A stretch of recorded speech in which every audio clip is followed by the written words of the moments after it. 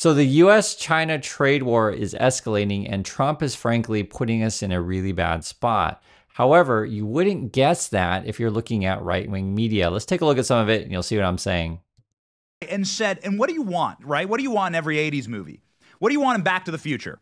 What you want, the apex of Back to the Future, the climax of Back to the Future is when George McFly finally takes that shaky fist and punches Biff in the effing face and bloodies his nose, and Biff is crying. And he wins the girl. That's right. The chicks fall in his lap. So that's what we're dealing with here. To be perfectly frank, this is the Trump MAGA land. Basically, you have to talk about stories where dudes are the main characters, women are prizes to be won. You always have to punch someone, right? That's what people want to hear. And I guess we're thinking of Donald Trump as being George McFly in the situation. Ironically, if you guys know the history of this thing, Biff was actually based on Donald Trump, referring to Back to the Future Part 2. And a lot of you may know that already. So they even get their movie histories wrong when they don't even understand what they're talking about. And moreover, this is actually quite funny. They're going to go into comparing Back to the Future, George McFly, and the American economy. Have a listen to this. Lap he gets in the DeLorean and rips it, you know? It's awesome. It's like the American economy now. The American economy, everyone's waiting for George McFly, Trump, to just punch China in the face, right? And to get red China, red in the face, blood dripping, and say, like, you know what? You've been such to everybody on earth, and nobody likes you, and nobody wants to be you. We know what's cooking here inside of this dirty little laboratory for the World Economic Forum. We don't want your techno-slavery, and we are going to knock you down. And that's what President Trump's doing, and that's going to be wildly popular. So I guess according to them, as long as Trump punches someone, it's all going to be popular. And they act like that no one wants to be China's friend, etc. And I've been showing you guys in the last video where China is actually making lots of new relationships and developing deals all around the world, where Trump is focused on making better relationship with Israel and Saudi Arabia. So there's that. But you have to understand sort of like what these right-wing wing people are saying, because it sort of makes sense to the American psychology. Many times people, in our community are from other countries, and they're like trying to figure out who follows these Trump people. But once you see it for yourself, it'll start to make sense. So for example, these are some Trump voters. They asked them, do you think we're winning or not? What do you think about Trump's tariffs? Have a listen to this. I think he's doing the right thing. In order for us to get back where we need to be, he needs to get the money somewhere, and they're charging us. Why not charge them? Some of the countries, they're already starting to come around. It's going to be good. I really believe that. You have faith in Trump? Yes, I do. Right. So this is who the Trump people are. They have faith in Trump. They really believe that these tariffs are going to charge China. Like I'm actually generally curious, when these kind of people go to Walmart or order stuff on Amazon or wherever they shop, and they see prices spike, like what are they going to think about that? Are they going to realize that these tariffs are a tax on them, a tax on you? I mean, and I think a lot of us are kind of watching that. Now, not every American necessarily is, in MAGA land and drinking the Kool-Aid, and not necessarily every American just thinks, every solution is solved by punching someone in the face. There's actually some interesting polling data, but I want to show you a little bit how CNN portrays it. Just take a look at this. I believe this data is coming from the Wall Street Journal. For the moment. They hate him. They hate him, and it's going in the wrong direction. I mean, look at this. Trump's tariff deal. You go back to January, it was 48% who favored, 46% who opposed, so slightly more who favored than opposed. Look at where we are now in April. 54% opposed, 42% favor. Opposition's going up, favor's going down. This, bottom line, is a political loser for Donald Trump, and he is losing the messaging battle on this. Americans might have been a little open to the idea of tariffs coming into this administration, but since then, their opposition through the roof, Kate. And when I see this stuff, it just reminds me. I mean, I guess if you want to be popular on social media, I need to talk about movies. I need to scream more. I need to make more sound effects. The Trump people, they're losing votes. And the Democrats, you need to get more votes. Boom! I mean, I guess that's what people want, and that's why they're doing this stuff. That's why the channels talk about Back to the Future. And a lot of people actually say when they watch my channel, they're like, hey, they're happy that I'm not screaming. And I'm wasn't really sure what people were referring to because I don't watch this kind of stuff, to be perfectly frank. But then when I actually see it, I'm just like, oh, I see. They really are screaming, and then it kind of makes sense. But I have started to pay attention a little bit more, to be perfectly frank, because I do want to understand like what's going on in MAGA land. I mean, in my opinion, it would feel like, to see that Trump says whatever he says on a daily basis, complete nonsense. Like, why would anyone follow the said person? But then when you realize who the voting base is, it starts to make more sense. You guys got to talk about Back to the Future or punching bullies in the mouth. It's kind of ironic too as well when Trump is the biggest bully out there. But have a listen to some more. You'll see what I'm saying. Love Back to the Future. Are you freaking kidding me? Make like a tree and leaf, George That's McFly. right. Get out of here, dude. That's Anytime you can exactly get a Back to the Future reference, forget about it. And the best scene is the electricity on the roof. The whole thing gets Back to the Future. Yeah. Well, speaking of Back to the Future, if we could go back to the 80s, remember one thing. Who made China? You had a great conversation with Richard Werner yesterday, The Economist. And who would China be without us? Yes. When Trump gave that speech with the tariffs, look at this beautiful map, look at this graph. He laid out all the countries and the reciprocal tariffs. And you notice that he said, sometimes our allies, they rip us off more than our enemies. But you know what? I would do the same thing. But you know who I blame? Who did he blame? And he started pointing at the Oval Office. He goes, our former presidents and our leaders. And this, again, it just points to their psychology. Like, these kind of people, facts don't seem to matter, right? Education doesn't seem to matter. A run economy doesn't seem to matter.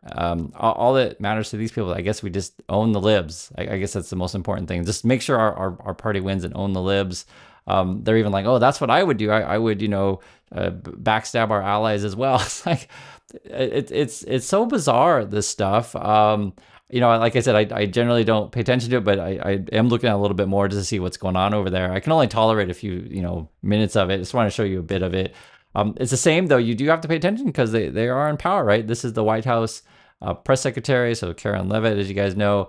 And it's funny because people always say, "Oh, I definitely hate that woman," and I'd be curious your guys' thoughts on this one. What is your ranking between? If you remember the older ones, would be Huckabee. Was it Sarah Huckabee? Was a prior had this position? And then there was another person as well. Why can't I escape her name? She was a blonde woman as well. I just forget her name. I guess I'm trying to forget. But if you guys remember the name of the person I'm missing, you can let me know. But these kind of jobs for these people, their job is to spin whatever mistakes that Trump has made or whatever nonsense and try to make it always sound like we're winning. Have a listen to this and then we'll talk about the truth of it. Why would any of our allies work with us to isolate China in a trade war if we're treating friend and foe alike? You'll have to talk to our allies who are reaching out to us. The phones are ringing off of the hooks. They've made it very clear they need the United States of America. They need our markets. They need our consumer base. You saw Prime Minister Benjamin Netanyahu in the Oval Office with the president saying that he was going to bring down all of their monetary tariffs and their non-monetary tariff trade barriers as well. We've heard from South Korea. We've heard from Japan. The president has spoken to Vietnam. We have Italy coming to the White House next week.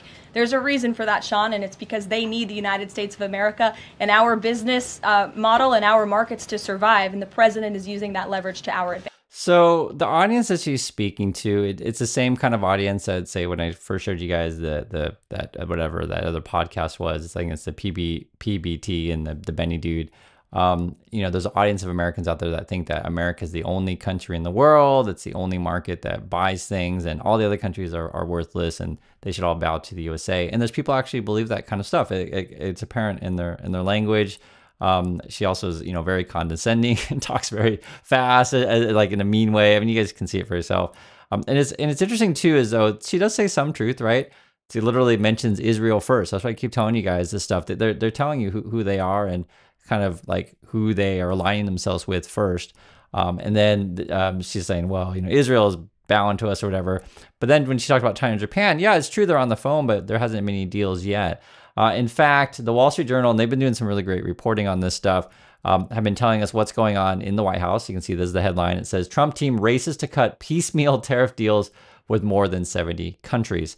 I'll give you the basic gist of it is that these deals take a really long time. We even saw, I showed you guys in a video a couple times ago with Greer, that's our trade ambassador or trade rep person.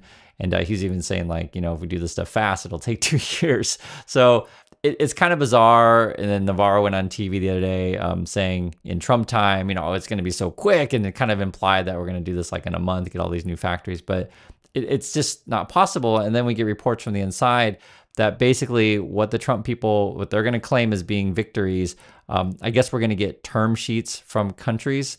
They're doing it like business dealings, not necessarily like the way an official government, you know, body would negotiate. So we're going to get whatever these term sheet deal things are, and then they're going to have to pick and choose what they're going to present to Congress, right? So like this stuff takes a long time, and then on top of that, which I mentioned to you guys before, it's not like a particular country, pick whatever one you want, can just suddenly give a whole bunch of money to USA and magically there's a bunch of jobs. That you'd also have to consult whatever companies, right? Because jobs are going to come from working at whatever factory of a particular company, right? And so this is why this stuff would take time. What if a company doesn't have any money? Like it's just not there. Or what if they do, you know, market analysis of the USA and it's like it's just not feasible for us. Even if we have the money, it's not feasible. Or what if, you know, they already have investments committed elsewhere that make more sense for them? I mean, there's a lot of stuff going on in place. And I think one of the things that really stands out to me when I was reading through this stuff is just think of it this way. One of the things because I used to work in China, I told you guys before, I used to teach at Tsinghua University, which is a top school there. And we would actually talk about government all the time. And if you sat in one of my classes, it was actually really fun. It was a comparison between US government and Chinese government. And I would actually talk with Chinese students about it quite frequently. And in fact, many of the students and Xi Jinping himself, so the President Xi, went to Tsinghua. It's the top school over there. I mention this stuff because a lot of time people don't have these kind of experiences. You don't know.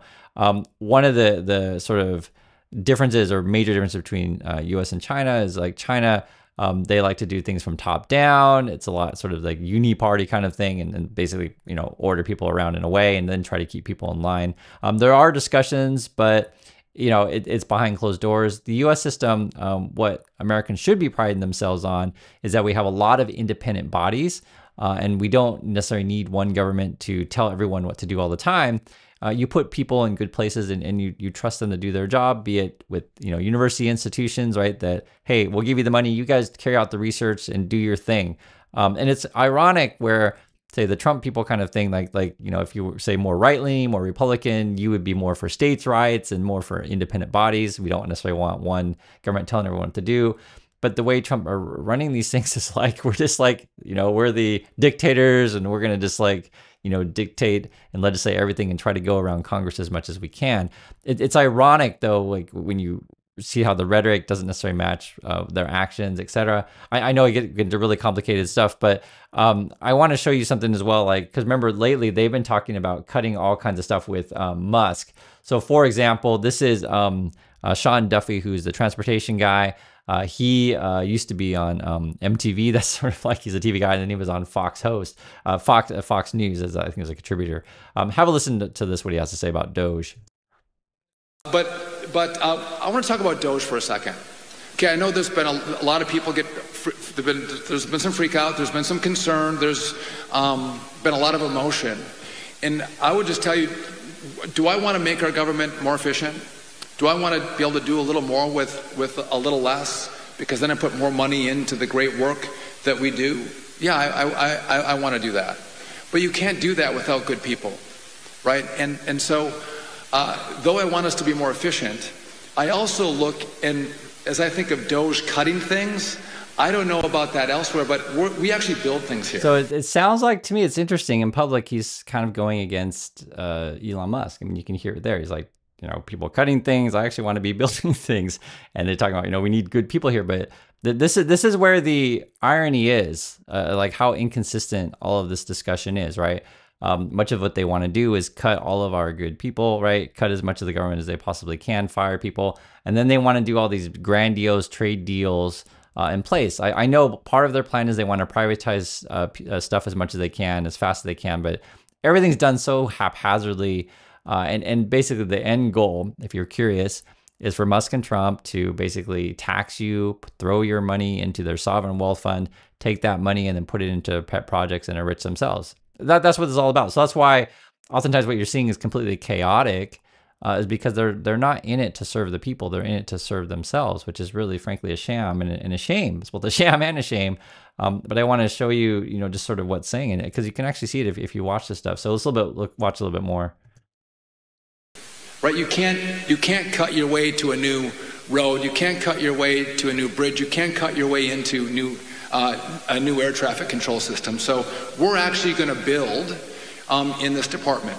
And if I don't, and you don't all build with me, the president's going to come back in probably 4 months and go, where are the roads? Where are the bridges? Where's the airspace revamp? And he's going to give us a very hard time. So he's under a lot of pressure right now, Duffy, because we just had the helicopter accident in New York. I'm sure you guys saw that already. And people are afraid to fly these days, which I completely understand. There's just all these crazy accidents. And, we hear that we're cutting at the FAA and we're cutting traffic, air traffic controllers, these kind of things. On top of that, and just showing you guys what's going on. Musk made all these claims of fraud and abuse, or however you want to say it, waste, I think is the word that he uses, in the government. And it turns out, like, the last cabinet meeting, he's now saying, oh, we're going to cut 150 billion because we found all this waste. Before, he was telling people 2 trillion that he was going to do. I mean, the number keeps going down, down, down, because they're not really finding anything. Or if they do find stuff, it's wildly misleading. One of the things that I think that we should be doing if we're going to be cutting waste is honestly just getting rid of Elon Musk and all the stuff that he's up to. But there's that. I'm showing you guys this stuff because I just want you to see the truth of it. Because sometimes, people are curious with all this misinformation out there, or people screaming out Back to the Future. What is the truth? And I just try to show you the best of my ability. So one is, Musk is wildly inefficient the way he does things. He's cutting stuff. Even Duffy, as you guys saw there, the transportation secretary, is complaining about the cuts, saying we can't build if we're cutting. And then you got this. This is actually Social Security, and I always want to bring back into focus like the experience of regular people on the ground. Take a look at this. You'll see. Anytime you've tried to call, how long has it taken you to get a hold of somebody? Well, I've been on the phone probably close to an hour and a half before waiting. For people like Lori Richards, long waits have just become a part of being on Social Security. What do you think's been the longest you've had to wait before?